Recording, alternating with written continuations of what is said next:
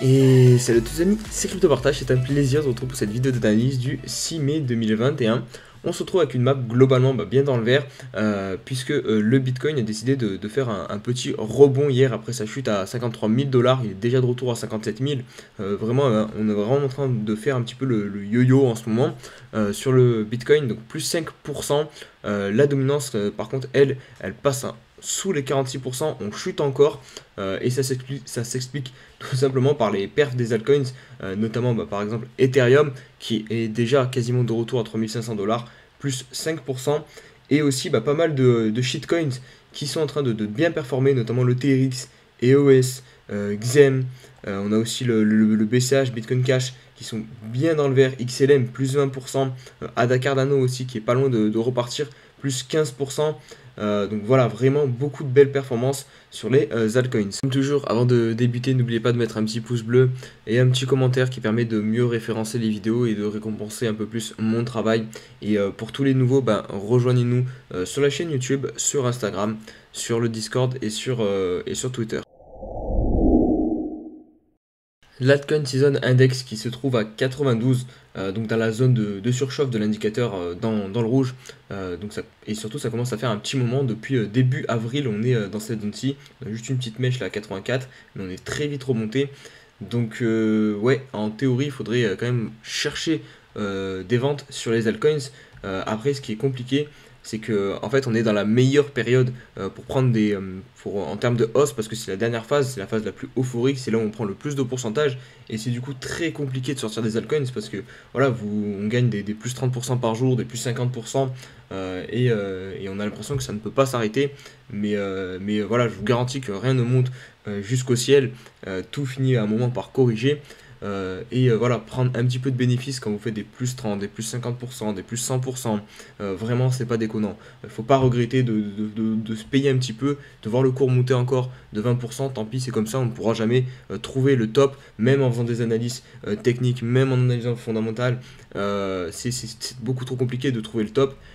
Donc vraiment, si vous faites des bénéfices, et surtout que c'était vos objectifs au début, que vous avez atteint vos objectifs, payez-vous au moins un petit peu. Certes, ne vendez pas tout, voilà, comme ça au moins si ça monte, vous êtes encore dedans, mais vendez au moins un poil. Je pense que voilà, c'est pas trop prudent de dire ça. En tout cas, moi, c'est ce que je fais et que je préconise. Après, je suis pas concerné investissement, mais je pense que se payer un petit peu de temps en temps, c'est clairement pas déconnant, surtout quand on voit que beaucoup d'indicateurs sont en surchauffe comme celui-ci. Je voulais faire un petit point sur les corrections du Bitcoin pendant un bull run. Je trouve que ce graphique est pas mal pour ça, parce on constate bien que les corrections, il y en a. Vous voyez ici moins 29%, moins 25, moins 17, moins 27 et actuellement moins 18 quasiment. Mais à chaque fois, ça ne nous empêche pas d'ailleurs de revenir faire une phase de hausse avec un nouvel ATH. Donc vraiment, en fait, si vous paniquez à chaque fois qu'il y a une correction, vous n'allez pas aller loin. Et surtout si vous vendez, si à chaque fois que vous voyez le cours baisser un petit peu, hop, vous paniquez, vous vendez, à chaque fois vous allez vous faire piéger et vous allez racheter plus haut. Donc vraiment, la chose à ne pas faire, c'est vendre quand ça corrige. C'est plutôt l'inverse. Il faut acheter quand ça corrige et vendre quand c'est haut. Là, vous ferez des gains, là, vous ferez des belles plus-values, déjà si vous commencez à adopter cette mentalité. Donc voilà, là certes actuellement ça fait un peu plus longtemps qu'on corrige, qu'on stagne sur le Bitcoin, mais c'est aussi une phase qui est nécessaire. C'est une phase de pause, d'arrêt, et si on constate avec les bull runs de 2013 et 2017, on avait toujours eu une phase au milieu du bull run à peu près, où on consolidait, où on prenait un peu plus notre temps avant de repartir pour une deuxième phase très euphorique comme toute celle-ci en fait, où on va monter encore plus rapidement normalement, et ça sera la dernière. Grégory Raymond qui nous informe que le nombre d'utilisateurs de crypto en Argentine a été multiplié par 10 depuis l'an dernier selon Binance. 4,5% de la population aurait investi 2 millions de personnes sur 45 millions, ça fait. C'est corrélé avec une inflation moyenne de 45% sur les 3 dernières années que connaît le pays. Voilà, je sais qu'en Amérique latine, il y a beaucoup de pays, comme notamment le Venezuela, qui ont connu une forte inflation. Et le Venezuela, les habitants sont très exposés maintenant à la crypto-monnaie. Donc c'est intéressant de voir comment la crypto réussit à s'implémenter dans ces pays qui sont en crise, où leur monnaie fiat se dévalue énormément contre le dollar. On voit que la crypto-monnaie apporte un petit peu d'espoir, et permet aux habitants de se protéger de cette inflation. Donc ça, c'est évidemment une utilité qu'on ne peut nier aux crypto-monnaies. Un stablecoin PayPal serait imminent. Donc c'est la nouvelle qui est tombée aujourd'hui. C'est quand même pas négligeable, puisque vraiment si PayPal venait à intégrer un stablecoin directement sur la plateforme, ça permettrait à d'autant plus de personnes, je pense, d'accepter les crypto-monnaies, puisque voilà, accepter le Bitcoin, c'est quand même s'exposer au final aux fluctuations du Bitcoin qui sont encore non négligeables. Donc un commerçant, c'est toujours compliqué de se dire qu'il va être payé en Bitcoin, et voilà, que peut-être demain, le Bitcoin qu'il a va valoir 50 000, et après-demain 60 000, et après-demain 40 000. Donc ça, c'est compliqué quand vous achetez, quand vous êtes un commerçant, vous voulez peut-être de la sécurité, et là, pouvoir être payé en stablecoin, ça résoudrait ce problème. Donc c'est très intéressant que PayPal s'intéresse à ça. Le stablecoin serait développé avec l'équipe d'Avalanche, donc le AVAX. Ça permettrait en fait d'éviter à PayPal tous les problèmes liés aux régulations, comme avait tenté du coup un peu Twitter, Telegram et Facebook, en voulant créer leur propre blockchain.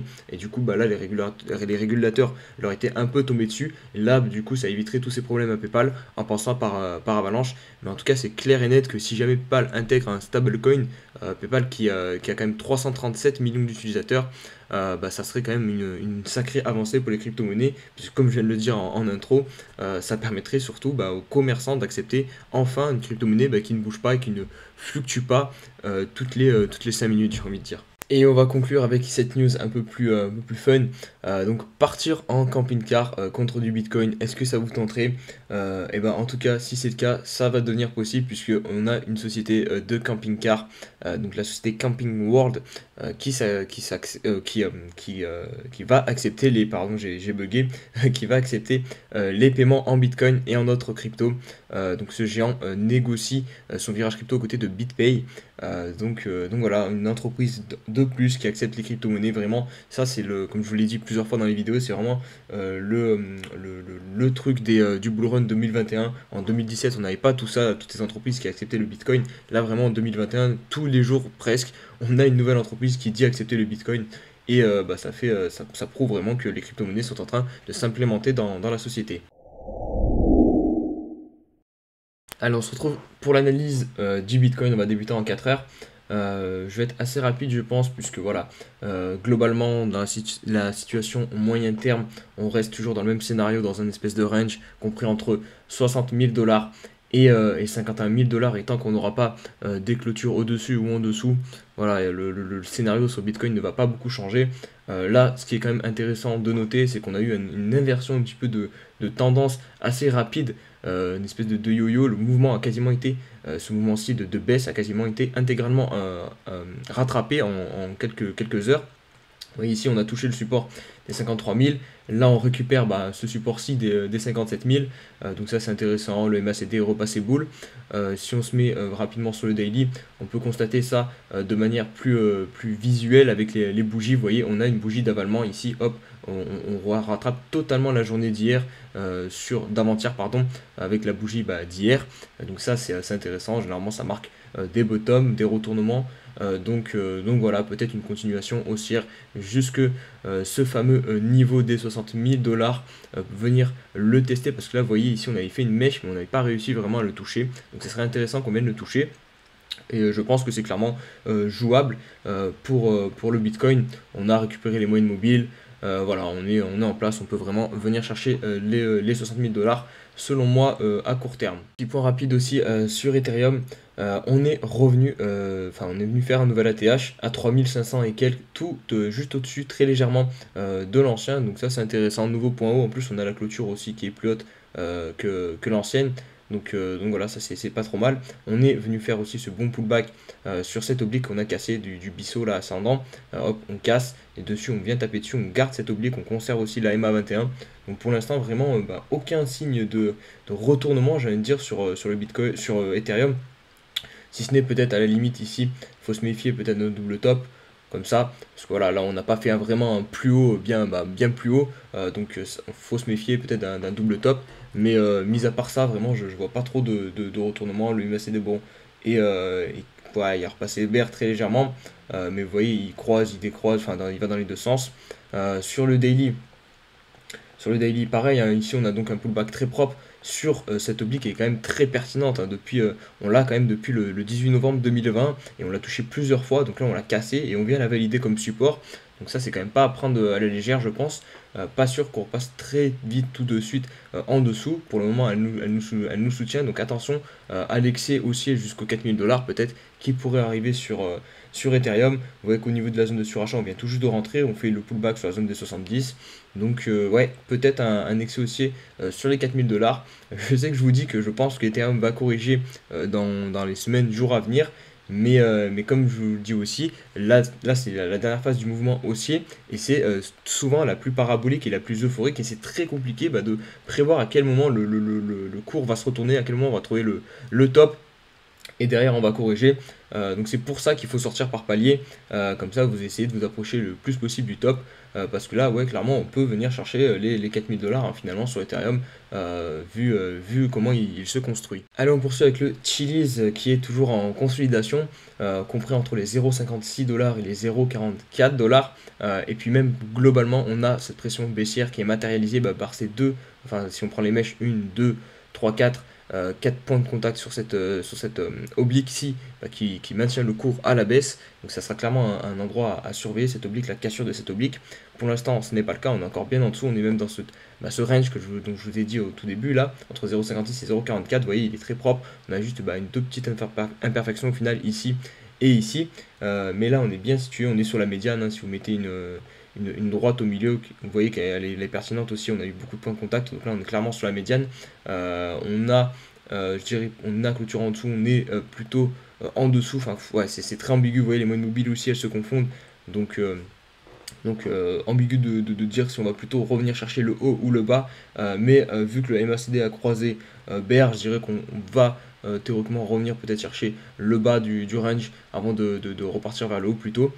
Mais voilà, en tout cas sur Chiliz, ce qu'il faut surveiller, c'est clairement une clôture au-dessus des 0,56 ou une clôture en dessous des 0,44. Et si vous voulez vous positionner, le mieux à faire selon moi, c'est de venir se positionner sur support, donc sur les 0,44 si on revient de test les 0,44, et même plus bas si on fait des mèches jusqu'à ici. Tant qu'on fait des mèches, ça reste intéressant, tant qu'on n'enfonce pas ce point bas, c'est intéressant.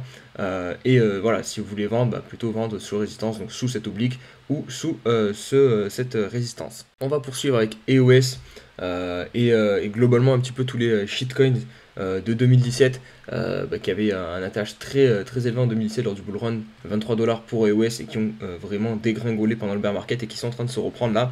On a vraiment beaucoup de cryptos comme ça qui sont en train d'exploser, notamment Neo, Ethereum classique, Bitcoin Cash, enfin vraiment toutes les cryptos de 2017, il faut les surveiller je pense, parce que là on est clairement un petit peu dans si je pourrais dire, une saison crypto 2017, et vous voyez, hop, EOS lui n'a pas encore vraiment surperformé, il est encore pas mal loin de son ATH, donc à surveiller vraiment, et là il est tout proche de casser cette résistance. On a encore méché cette semaine au-dessus, pour l'instant vous voyez on revient se positionner dessous, prêt à partir sur les starting blocks, j'ai envie de dire.